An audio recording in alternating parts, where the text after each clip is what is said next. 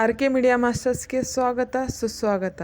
ಗೆಳೆಯರೇ, ಸ್ಪರ್ಧಾತ್ಮಕ ಪರೀಕ್ಷೆ ದೃಷ್ಟಿಯಿಂದ ಜನವರಿ ತಿಂಗಳಿನ ಪ್ರಮುಖ ಕರೆಂಟ್ ಅಫೇರ್ಸ್ ಬಗ್ಗೆ ಇವತ್ತಿನ ಈ ವಿಡಿಯೋನಲ್ಲಿ ಚರ್ಚೆ ಮಾಡೋಣ.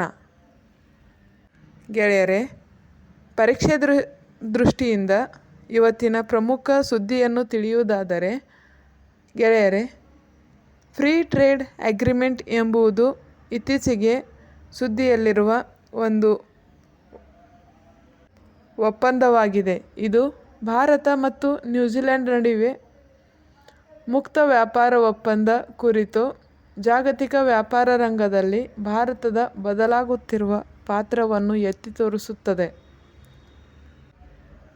ಇನ್ನು ನಮ್ಮ ಭಾರತದ ಬದಲಾಗುತ್ತಿರುವ ವ್ಯಾಪಾರದ ನೀತಿಯ ಬಗ್ಗೆ ನಾವು ತಿಳಿಯುವುದಾದರೆ, ಸ್ನೇಹಿತರೆ, ಈ ಹಿಂದೆ ನಮ್ಮ ಭಾರತವು ಜಾಗತಿಕ ವ್ಯಾಪಾರ ಒಪ್ಪಂದಗಳ ವಿಷಯದಲ್ಲಿ ಸ್ವಲ್ಪ ಸಂಕುಚಿತ ಅಥವಾ ಎಚ್ಚರಿಕೆಯ ಧೋರಣೆ ತಳೆದಿತ್ತು. ಆದರೆ ಈಗ ನಮ್ಮ ಭಾರತವು UAE ಮತ್ತು ಆಸ್ಟ್ರೇಲಿಯಾ ಜೊತೆ ಒಪ್ಪಂದ ಮಾಡಿಕೊಂಡಂತೆಯೇ ಪ್ರಸ್ತುತ ಈಗ ಭಾರತ ಮತ್ತು ನ್ಯೂಜಿಲೆಂಡ್ ಜೊತೆಯೂ ಸಕ್ರಿಯವಾಗಿ ಮಾತುಕತೆ ನಡೆಯುತ್ತಿರುವುದು ಭಾರತದ ಮುಕ್ತ ಮಾರುಕಟ್ಟೆ ಮನೋಭಾವವನ್ನು ತೋರಿಸುತ್ತದೆ. ಗೆಳೆಯರೇ, ಇಲ್ಲಿ ನಮ್ಮ ಭಾರತ ಮತ್ತು ನ್ಯೂಜಿಲೆಂಡ್ ನಡುವಿನ ಮುಕ್ತ ವ್ಯಾಪಾರ ಒಪ್ಪಂದವನ್ನು ಪ್ರಸ್ತುತ ಜಾಗತಿಕ ಮಾರುಕಟ್ಟೆಯಲ್ಲಿ ಅನಿಶ್ಚಿತತೆ ಮತ್ತು ರಕ್ಷಣಾತ್ಮಕ ಧೋರಣೆಗಳು ಹೆಚ್ಚಾಗುತ್ತಿರುವ ಸಮಯದಲ್ಲಿ ಈ ಮುಕ್ತ ವ್ಯಾಪಾರ ಒಪ್ಪಂದವು ಬಹಳ ಮಹತ್ವ ಪಡೆದಿದೆ. ಇನ್ನು ಗೆಳೆಯರೇ, ಮತ್ತೊಂದು ವಿಚಾರ ಬಗ್ಗೆ ತಿಳಿಯುವುದಾದರೆ, ಅಮೇರಿಕ ಟರ್ನ್ ಇನ್ವರ್ಡ್ ಇದೇನು ಎಂಬುದನ್ನು ಅರ್ಥ ಮಾಡಿಕೊಳ್ಳುವುದಾದರೆ, ಗೆಳೆಯರೇ, ಅಮೇರಿಕಾವು ಪ್ರಸ್ತುತ ಯುರೋಪಿನಿಂದ ಹಿಂದೆ ಸರಿದು ತನ್ನದೇ ಆದ ಪಶ್ಚಿಮ ಅರ್ಧಗೋಳ ಅಂದರೆ ವೆಸ್ಟರ್ನ್ ಹೆಮಿಸ್ಫಿಯರ್ ಇಲ್ಲಿ ಕೆರಿಬಿಯನ್ ಮತ್ತು ಲ್ಯಾಟಿನ್ ಅಮೇರಿಕಾ ಪ್ರಾಂತ್ಯಗಳ ಮೇಲೆ ತನ್ನ ಹಿಡಿತವನ್ನು ಸಾಧಿಸಲು ಅಮೇರಿಕಾವು ಮುಂದಾಗುತ್ತಿದೆ. ಗೆಳೆಯರೇ, ಅಮೇರಿಕ ಟರ್ನ್ ಇನ್ವರ್ಡ್ ಎಂಬುದು ಅಮೇರಿಕಾವು ಇನ್ನು ಮುಂದೆ ವಿಶ್ವದ ಪೊಲೀಸ್ ಆಗಿ ಜಗತ್ತಿಗೆ ಎಲ್ಲೆಡೆ ಹಸ್ತಕ್ಷೇಪ ಮಾಡಲು ಬಯಸುವುದಿಲ್ಲ ಎಂದು ತಿಳಿಸುತ್ತಿದೆ. ಬದಲಿಗೆ ತನ್ನ ಭದ್ರತೆ ಮತ್ತು ಆರ್ಥಿಕ ಹಿತಾಸಕ್ತಿಗಳಿಗೆ ತನ್ನ ನೆರೆ ದೇಶಗಳು ಅಂದರೆ ನೇರ ಸಂಬಂಧವಿರುವ ತನ್ನ ನೆರೆಹೊರೆಯ ಪ್ರಾಂತ್ಯಗಳ ಮೇಲೆ ಮಾತ್ರ ಗಮನ ಕೇಂದ್ರೀಕರಿಸುತ್ತಿದೆ ಎಂಬುದು ಇದನ್ನು ನಿಯೋ ಮೊನ್ರೋ ಸಿದ್ಧಾಂತ ಎಂದು ಕರೆಯುವರು. ಇನ್ನು ಗೆಳೆಯರೇ, ನಮ್ಮ ಭಾರತೀಯ ಮಹಿಳಾ ಹಾಕಿ ತಂಡ ಕುರಿತು ಚರ್ಚೆಯಲ್ಲಿದೆ. ಕಾರಣ, ನಮ್ಮ ಭಾರತವು 2025 ಸಾಲನ್ನು ಭಾರತೀಯ ಮಹಿಳಾ ಹಾಕಿ ತಂಡವು ಏಷ್ಯಾ ಕಪ್ನಲ್ಲಿ ಬೆಳ್ಳಿ ಪದಕ ಗೆಲ್ಲುವ ಮೂಲಕ ಅತ್ಯಂತ ಯಶಸ್ವಿಯಾಗಿ ಮುಕ್ತಾಯಗೊಳಿಸಿದೆ. ಗೆಳೆಯರೇ, ಭಾರತೀಯ ಮಹಿಳಾ ಹಾಕಿ ತಂಡವು ಏಷ್ಯಾ ಕಪ್ನಲ್ಲಿ ಬೆಳ್ಳಿ ಪದಕ ಗೆಲ್ಲುವ ಮೂಲಕ ತನ್ನ ಶಕ್ತಿಯನ್ನು ಪ್ರದರ್ಶಿಸಿದೆ ಮತ್ತು 2026 ಸಾಲಿಗೆ ಭರವಸೆಯ ಮುನ್ನುಡಿ ಕೂಡ ನಮ್ಮ ಭಾರತವು ಬರೆದಿದೆ. ಗೆಳೆಯರೇ, ಇದೇ 2025 ಸಾಲಿನ ಏಷ್ಯಾದ ಅಗ್ರಗಣ್ಯ ತಂಡಗಳಲ್ಲಿ ಭಾರತವು ಒಂದು ಎಂಬುದನ್ನು ಈ ಏಷ್ಯಾ ಕಪ್ನಲ್ಲಿ ಬೆಳ್ಳಿ ಪದಕ ಗೆಲ್ಲುವ ಮೂಲಕ ಈ ಸಾಧನೆ ಮತ್ತೊಮ್ಮೆ ಸಾಬೀತುಪಡಿಸಿದೆ. ಇಲ್ಲಿ ಪ್ರಮುಖವಾಗಿ ಪರೀಕ್ಷೆ ದೃಷ್ಟಿಯಿಂದ ನೋಡುವುದಾದರೆ, ನಮ್ಮ ಭಾರತದ ಮಹಿಳಾ ಹಾಕಿ ತಂಡವು ಏಷ್ಯಾ ಕಪ್ನಲ್ಲಿ ಬೆಳ್ಳಿ ಪದಕವನ್ನು ಗೆದ್ದಿರುವುದನ್ನು ನಾವು ಪ್ರಮುಖವಾಗಿ ನೆನಪಿಟ್ಟುಕೊಳ್ಳಬೇಕಾದ ಅಂಶವಾಗಿದೆ. ಕಾರಣ, ಪರೀಕ್ಷೆಯಲ್ಲಿ ಇತ್ತೀಚೆಗೆ ನಡೆದ ಭಾರತೀಯ ಮಹಿಳಾ ಹಾಕಿ ತಂಡವು ಏಷ್ಯಾ ಕಪ್ನಲ್ಲಿ ಯಾವ ಪದಕವನ್ನು ಗೆದ್ದಿತು ಎಂಬ ಪ್ರಶ್ನೆಯನ್ನು ಕೇಳಬಹುದು. ಆಗ ನಾವು ಬೆಳ್ಳಿ ಪದಕ ಎಂಬ ಉತ್ತರವನ್ನು ನೀಡುವುದು ಪ್ರಮುಖವಾಗಿದೆ. ಆದ ಕಾರಣ ಈ ಪದಕದ ಬಗ್ಗೆ ನೆನಪಿಟ್ಟುಕೊಳ್ಳುವುದು ಮಹತ್ವ. ಇನ್ನು ಇಸ್ರೇಲ್ನ ವೈಜ್ಮನ್ ಇನ್ಸ್ಟಿಟ್ಯೂಟ್ ಆಫ್ ಸೈನ್ಸ್ ಎಂಬ ಅಂತಾರಾಷ್ಟ್ರೀಯ ತಂಡವೊಂದು ಸುದ್ದಿಯಲ್ಲಿದೆ. ಕಾರಣ ಇದು ಕ್ಯಾನ್ಸರ್ ಚಿಕಿತ್ಸೆಯಲ್ಲಿ ಒಂದು ಕ್ರಾಂತಿಕಾರಿ ಮೈಲುಗಲ್ಲು ಸಾಧಿಸಿರುವುದರಿಂದ ಈ ಒಂದು ಅಂತಾರಾಷ್ಟ್ರೀಯ ತಂಡವು ಸುದ್ದಿಯಲ್ಲಿದೆ. ಏನಿದು ಎಂದು ನೋಡುವುದಾದರೆ, ಗೆಳೆಯರೇ, ತಮಗೆಲ್ಲ ತಿಳಿದಿರುವ ಹಾಗೆ ಕ್ಯಾನ್ಸರ್ ಚಿಕಿತ್ಸೆಯಲ್ಲಿ ಇರುವ ಒಂದು ದೊಡ್ಡ ಸವಾಲೆಂದರೆ ಇದು ಮ್ಯೂಟೇಷನ್. ಅಂದರೆ ಕ್ಯಾನ್ಸರ್ ಕೋಶಗಳು ಕಾಲಾನಂತರದಲ್ಲಿ ತಮ್ಮ ರೂಪವನ್ನು ಬದಲಾಯಿಸಿಕೊಳ್ಳುತ್ತಲೇ ಇರುತ್ತವೆ. ಇದರಿಂದಾಗಿ ರೋಗಿಗೆ ನೀಡುವ ಸಾಮಾನ್ಯ ಕೀಮೋಥೆರಪಿ ಅಥವಾ ಇತರ ಔಷಧಿಗಳು ಆ ಕ್ಯಾನ್ಸರ್ ಕೋಶಗಳ ಮೇಲೆ ಕೆಲಸ ಮಾಡುವುದನ್ನು ನಿಲ್ಲಿಸುತ್ತವೆ. ಇದರಿಂದ ಡ್ರಗ್ ರೆಸಿಸ್ಟೆನ್ಸ್ ಎನ್ನುತ್ತಾರೆ. ಈ ರೀತಿಯ ಕ್ಯಾನ್ಸರ್ ಕೋಶಗಳ ಕುರಿತು ಇತ್ತೀಚೆಗೆ ವಿಜ್ಞಾನಿಗಳು ಮತ್ತು ಸಂಶೋಧಕರು ಕ್ಯಾನ್ಸರ್ ಚಿಕಿತ್ಸೆಯಲ್ಲಿ ಒಂದು ಕ್ರಾಂತಿಕಾರಿ ಮೈಲುಗಲ್ಲನ್ನು ಸಾಧಿಸಿದ್ದಾರೆ. ಇಸ್ರೇಲ್ನ ವೈಜ್ಮನ್ ಇನ್ಸ್ಟಿಟ್ಯೂಟ್ ಆಫ್ ಸೈನ್ಸ್ ನೇತೃತ್ವದ ಅಂತಾರಾಷ್ಟ್ರೀಯ ತಂಡವು ಔಷಧ ನಿರೋಧಕ ಕ್ಯಾನ್ಸರ್ ಕೋಶಗಳನ್ನೇ ಗುರಿಯಾಗಿಸಿಕೊಂಡು ಆ ಕ್ಯಾನ್ಸರ್ ಕೋಶಗಳನ್ನು ನಾಶಪಡಿಸುವ ಹೊಸ ತಂತ್ರಜ್ಞಾನವನ್ನು ಕಂಡುಹಿಡಿದಿದೆ. ಇದು ವಿಜ್ಞಾನಿಗಳು ಕ್ಯಾನ್ಸರ್ನ ರಕ್ಷಣಾ ಕವಚವನ್ನೇ ಅಂದರೆ ಮ್ಯೂಟೇಷನ್ವನ್ನೇ ಅದರ ಸಾವಿನ ಬಲೆಯನ್ನಾಗಿ ಪರಿವರ್ತಿಸಿದ್ದಾರೆ. ಇದು ಭವಿಷ್ಯದಲ್ಲಿ ಕ್ಯಾನ್ಸರನ್ನು ಸಂಪೂರ್ಣವಾಗಿ ನಿರ್ಮೂಲನೆ ಮಾಡುವ ದಾರಿಯಲ್ಲಿ ಒಂದು ದೊಡ್ಡ ಜಯವಾಗಿದೆ.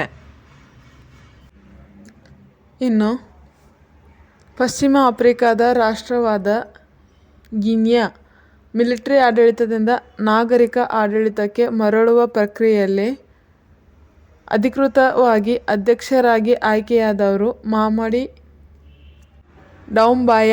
ಇವರು ಪಶ್ಚಿಮ ಆಫ್ರಿಕಾದ ರಾಷ್ಟ್ರವಾದ ಗಿನಿಯಾದ ಅಧಿಕೃತ ಅಧ್ಯಕ್ಷರಾಗಿ ಆಯ್ಕೆಯಾಗಿದ್ದಾರೆ. ಗೆಳೆಯರೇ, ಈಗ ಉತ್ತರ ಪ್ರದೇಶದ ಪಾರ್ವತಿ ಅಗ್ರಾ ಪಕ್ಷಿಧಾಮವು ಈಗ ಸುದ್ದಿಯಲ್ಲಿದೆ. ಈ ಪಾರ್ವತಿ ಅಗ್ರಾ ಪಕ್ಷಿಧಾಮವು ಸುದ್ದಿಯಲ್ಲಿರಲು ಕಾರಣ ಇದನ್ನು ಸೂಕ್ಷ್ಮ ವಲಯ ಅಥವಾ ಎಕೋ ಸೆನ್ಸಿಟಿವ್ ಝೋನ್ ಎಂದು ಘೋಷಿಸಿರುವುದು ಈಗ ಸುದ್ದಿಯಲ್ಲಿರುವ ಪ್ರಮುಖ ವಿಷಯವಾಗಿದೆ. ಗೆಳೆಯರೇ, ಉತ್ತರ ಪ್ರದೇಶದ ಪಾರ್ವತಿ ಅಗ್ರಾ ಪಕ್ಷಿಧಾಮವನ್ನು ಪರಿಸರ ಸೂಕ್ಷ್ಮ ವಲಯ ಅಥವಾ ಎಕೋ ಸೆನ್ಸಿಟಿವ್ ಝೋನ್ ಎಂದು ಘೋಷಿಸಿರುವುದು ಭಾರತದ ಪರಿಸರ ಸಂರಕ್ಷಣಾ ಇತಿಹಾಸದಲ್ಲಿ ಒಂದು ಪ್ರಮುಖ ಮೈಲಿಗಲ್ಲು. ಈ ಪಕ್ಷಿಧಾಮವು ಉತ್ತರ ಪ್ರದೇಶದ ಗೊಂಡಾ ಜಿಲ್ಲೆಯಲ್ಲಿದ್ದು, ವಿಶೇಷವಾಗಿ ಉತ್ತರ ಭಾರತದ ಜೌಗು ಪ್ರದೇಶಗಳ ಸಂರಕ್ಷಣೆಗೆ ಇದು ದೊಡ್ಡ ಶಕ್ತಿ ನೀಡಿದೆ. ಇದು ಸರಿಸುಮಾರು 10.85 ಚದರ ಕಿಲೋಮೀಟರ್ ಪ್ರದೇಶದಲ್ಲಿ ಹರಡಿಕೊಂಡಿರುವ 2 ಆಕ್ಸ್ಬೋ ಸರೋವರಗಳನ್ನು ಕೂಡ ಒಳಗೊಂಡಿದೆ. ಗೆಳೆಯರೇ, ಇಲ್ಲಿ ಎಕೋ ಸೆನ್ಸಿಟಿವ್ ಝೋನ್ ಅಂದರೆ ಪರಿಸರ ಸೂಕ್ಷ್ಮ ವಲಯ ಎಂದರೇನು ಎಂಬುದರ ಬಗ್ಗೆ ತಿಳಿಯುವುದಾದರೆ, ನಮ್ಮ ಭಾರತ ಸರ್ಕಾರವು ಪರಿಸರ ಸಂರಕ್ಷಣಾ ಕಾಯ್ದೆ 1986ರ ಅಡಿಯಲ್ಲಿ ರಾಷ್ಟ್ರೀಯ ಉದ್ಯಾನವನಗಳು ಅಥವಾ ವನ್ಯಜೀವಿ ಧಾಮಗಳ ಸುತ್ತಮುತ್ತಲಿನ ಪ್ರದೇಶವನ್ನು ಪರಿಸರ ಸೂಕ್ಷ್ಮ ವಲಯ ಎಂದು ಘೋಷಿಸಲಾಗುತ್ತದೆ. ಇದು ಸಂರಕ್ಷಿತ ಪ್ರದೇಶ ಮತ್ತು ಮಾನವ ವಸತಿಗಳ ನಡುವಿನ ಒಂದು ಬಂಪರ್ ಝೋನ್ ರೀತಿ ಕೆಲಸ ಮಾಡುತ್ತದೆ. ಇಲ್ಲಿ ಪ್ರಮುಖವಾಗಿ ಕೈಗಾರಿಕೆಗಳಿಗೆ ನಿಷೇಧವನ್ನು ಹೇರಲಾಗಿರುತ್ತದೆ ಮತ್ತು ವಲಸೆ ಹಕ್ಕಿಗಳ ಸಂರಕ್ಷಣೆಗೆ ಆದ್ಯತೆ ನೀಡಲಾಗುತ್ತದೆ ಹಾಗೂ ಜೀವ ವೈವಿಧ್ಯದ ಸಂರಕ್ಷಣೆಗೆ ಪ್ರಮುಖ ಆದ್ಯತೆಯನ್ನು ನೀಡಲಾಗುತ್ತದೆ. ಇನ್ನು ಜೌಗು ಪ್ರದೇಶಗಳನ್ನು ಭೂಮಿಯ ಕಿಡ್ನಿ ಎಂದು ಹೇಳಲಾಗುವುದು. ಕಾರಣ ಇವು ಜೌಗು ಪ್ರದೇಶಗಳು ನೀರನ್ನು ಶುದ್ಧೀಕರಿಸುತ್ತವೆ ಮತ್ತು ಅಂತರ್ಜಲ ಮಟ್ಟವನ್ನು ಹೆಚ್ಚಿಸುತ್ತವೆ. ಅದೇ ರೀತಿ ಪ್ರವಾಹದ ತೀವ್ರತೆಯನ್ನು ಕಡಿಮೆ ಮಾಡುತ್ತವೆ. ಈ ಎಲ್ಲ ಕಾರಣಗಳಿಂದಾಗಿ ಜೌಗು ಪ್ರದೇಶಗಳನ್ನು ಭೂಮಿಯ ಕಿಡ್ನಿಗಳೆಂದು ಕರೆಯಲಾಗುವುದು. ಇನ್ನು 18 ವರ್ಷದ ಕಾಮ್ಯಾ ಕಾರ್ತಿಕೇಯನ್ ಅವರು ಸುದ್ದಿಯಲ್ಲಿ ಕಾಣಿಸಿಕೊಂಡಿದ್ದಾರೆ. ಕಾಮ್ಯಾ ಕಾರ್ತಿಕೇಯನ್ ಅವರು ಡಿಸೆಂಬರ್ 27, 2025ರಂದು ದಕ್ಷಿಣ ಧ್ರುವವನ್ನು ತಲುಪಿದರು. ಅವರು ಅಂಟಾರ್ಟಿಕಾದ ಹಿಮಭರಿತ ಭೂಪ್ರದೇಶದಲ್ಲಿ ಸುಮಾರು 115 ಕಿಲೋಮೀಟರ್ ಅಂದರೆ 60 ನಾಟಿಕಲ್ ಮೈಲು ದೂರವನ್ನು ಸ್ಕೀಯಿಂಗ್ ಮಾಡುವ ಮೂಲಕ ಕ್ರಮಿಸಿದರು. ಇನ್ನು 18 ವರ್ಷದ ಕಾಮ್ಯಾ ಕಾರ್ತಿಕೇಯನ್ ಅವರು ಅಂಟಾರ್ಟಿಕಾದ ದಕ್ಷಿಣ ಧ್ರುವಕ್ಕೆ ಅಂದರೆ ಸೌತ್ ಪೋಲ್ಗೆ ಸ್ಕೀಯಿಂಗ್ ಮಾಡುವ ಮೂಲಕ ಹೊಸ ಇತಿಹಾಸ ಬರೆದಿದ್ದಾರೆ. ಈ ಸಾಧನೆ ಮಾಡಿದ ಅತ್ಯಂತ ಕಿರಿಯ ಭಾರತೀಯಳು ಮತ್ತು ವಿಶ್ವದ 2ನೇ ಅತ್ಯಂತ ಕಿರಿಯ ಮಹಿಳೆ ಎಂದು ಹೆಗ್ಗಳಿಕೆಗೆ ಕಾಮ್ಯಾ ಕಾರ್ತಿಕೇಯನ್ ಅವರು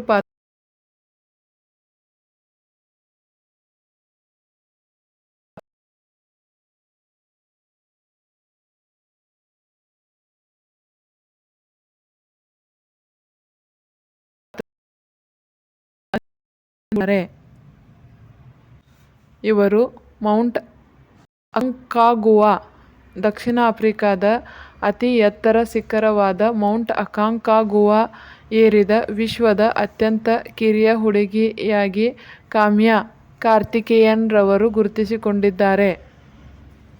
ಇನ್ನು ಗೆಳೆಯರೇ, ಅಂಟಾರ್ಟಿಕಾದ ದಕ್ಷಿಣ ಧ್ರುವವನ್ನು ತಲುಪಿದ ಮೊದಲ ಭಾರತೀಯ ಎಂದರೆ ಅವರು ಕರ್ನಲ್ ಜತಿಂದರ್ ಕುಮಾರ್ ಬಜಾಜ್. ಇವರು ಮೊದಲ ಭಾರತೀಯರಾಗಿ ಅಂಟಾರ್ಟಿಕಾ ದಕ್ಷಿಣ ಧ್ರುವವನ್ನು ತಲುಪಿದ ಮೊದಲ ಭಾರತೀಯ. ಇವರ ಈ ಸಾಧನೆಯನ್ನು 1989ರಲ್ಲಿ ಮಾಡಿರುವರು. ಇನ್ನು 1982ರಲ್ಲಿ ಭಾರತದ ಮೊದಲ ಅಂಟಾರ್ಟಿಕಾ ಖಂಡಯಾತ್ರೆಯ ನಾಯಕರೆಂದು ಅಂಟಾರ್ಟಿಕಾ ಖಂಡಕ್ಕೆ ಭೇಟಿ ನೀಡಿದ ಮೊದಲ ಭಾರತೀಯ ಡಾಕ್ಟರ್ ಸೈಯದ್ ಜಹೂರ್ ಕಾಸಿಂ. ಇವರು ಅಂಟಾರ್ಟಿಕಾ ಖಂಡಕ್ಕೆ ಭೇಟಿ ನೀಡಿದ ಮೊದಲ ಭಾರತೀಯ.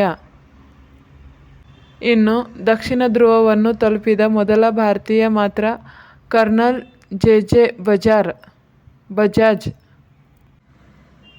ಇನ್ನು ಗೆಳೆಯರೇ, 2025ರ ಸಾಲಿನ 29ನೇ ರಾಷ್ಟ್ರೀಯ ಸ್ಪೋರ್ಟ್ಸ್ ಕ್ಲೈಂಬಿಂಗ್ ಚಾಂಪಿಯನ್ಶಿಪ್ನಲ್ಲಿ ಚಿನ್ನದ ಪದಕ ಗೆಲ್ಲುವ ಮೂಲಕ 14 ವರ್ಷದ ಪ್ರತಿಭಾನ್ವಿತ ಕ್ರೀಡಾಪಟು ಅಮೈರಾ ಖೋಸ್ಲಾ ಅವರು ಭಾರತೀಯ ಕ್ರೀಡಾಲೋಕದಲ್ಲಿ ಹೊಸ ಸಂಚಲನ ಮೂಡಿಸಿ ಚಿನ್ನದ ಪದಕವನ್ನು ತಮ್ಮ ಮುಡಿಗೇರಿಸಿಕೊಂಡಿದ್ದಾರೆ. ಈ ಸಾಧನೆಯು ಭಾರತದಲ್ಲಿ ಸ್ಪೋರ್ಟ್ಸ್ ಕ್ಲೈಂಬಿಂಗ್ ಅಂದರೆ ಕೃತಕ ಗೋಡೆ ಏರುವಿಕೆ ಕ್ರೀಡೆ ಬೆಳೆಯುತ್ತಿರುವುದಕ್ಕೆ ಸಾಕ್ಷಿಯಾಗಿದೆ. ಇನ್ನು ಅಮೈರಾ ಖೋಸ್ಲಾ ಅವರ ರಾಷ್ಟ್ರೀಯ ಸ್ಪೋರ್ಟ್ಸ್ ಕ್ಲೈಂಬಿಂಗ್ ಚಾಂಪಿಯನ್ಶಿಪ್ನಲ್ಲಿ ಚಿನ್ನ ಪದಕ ಗೆಲ್ಲುವ ಅವರ ಶ್ರಮ ಮತ್ತು ಭಾರತದಲ್ಲಿ ಸ್ಪೋರ್ಟ್ಸ್ ಕ್ಲೈಂಬಿಂಗಿಗೆ ಸಿಗುವ ಪ್ರೋತ್ಸಾಹಧನ ಫಲಕವಾಗಿದೆ.